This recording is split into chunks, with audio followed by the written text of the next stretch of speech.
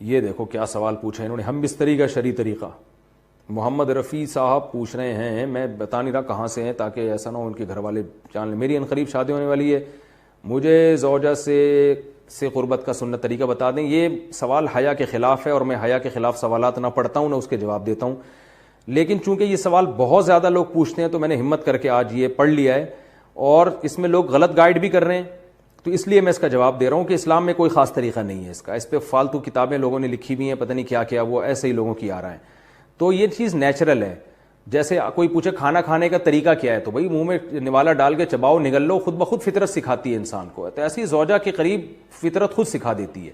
ہاں، شریعت نے جس طریقے کو حرام قرار دیا ہے وہ سب کو معلوم ہے کہ جو ہے وہ اللہ تعالیٰ نے جو بدکار لوگ جس طرح سے کرتے ہیں، جو لڑکوں سے بدفعلی کرنے والے لوگ ہیں، وہ طریقہ حرام ہے۔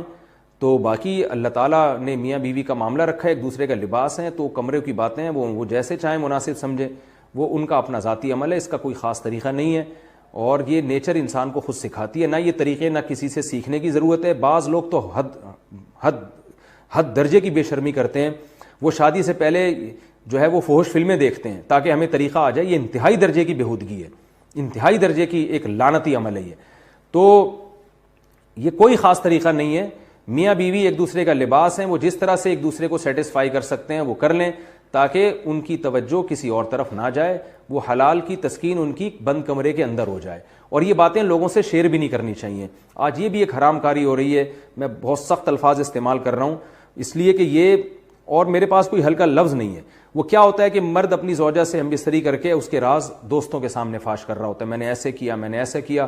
لڑکیاں بتا رہی ہوتی ہیں اپنی فرینڈز کو کہ میرے شوہر نے میرے ساتھ ایسے کیا۔ یہ بہت لعنتی عمل ہے۔ آپ صلی اللہ علیہ وسلم نے فرمایا جو عورت اپنے شوہر کے راز یا شوہر بیوی کے راز فاش کرتا ہے اس پر لعنت ہے، حدیث کا مفہوم ہے یہ۔ تو یہ بند کمرے کی میاں بیوی کی باتیں، جس طرح سے وہ ایک دوسرے کو سیٹسفائی کر سکتے ہیں وہ کریں، ایک دوسرے کے لیے وہ حلال ہیں۔ اور بس وہ طریقہ جو لڑکوں سے بدفعلی والا طریقہ ہے وہ طریقہ اسلام میں حرام ہے۔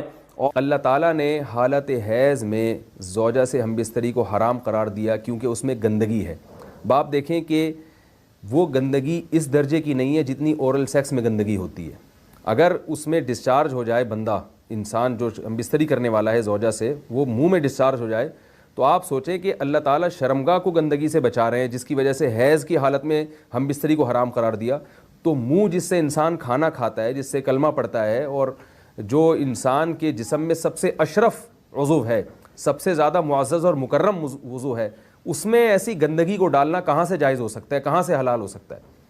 تو آج بعض متجدد قسم کے لوگ جو ہے نا اس کو حلال قرار دے رہے ہیں، تو یہ بالکل غلط ہے۔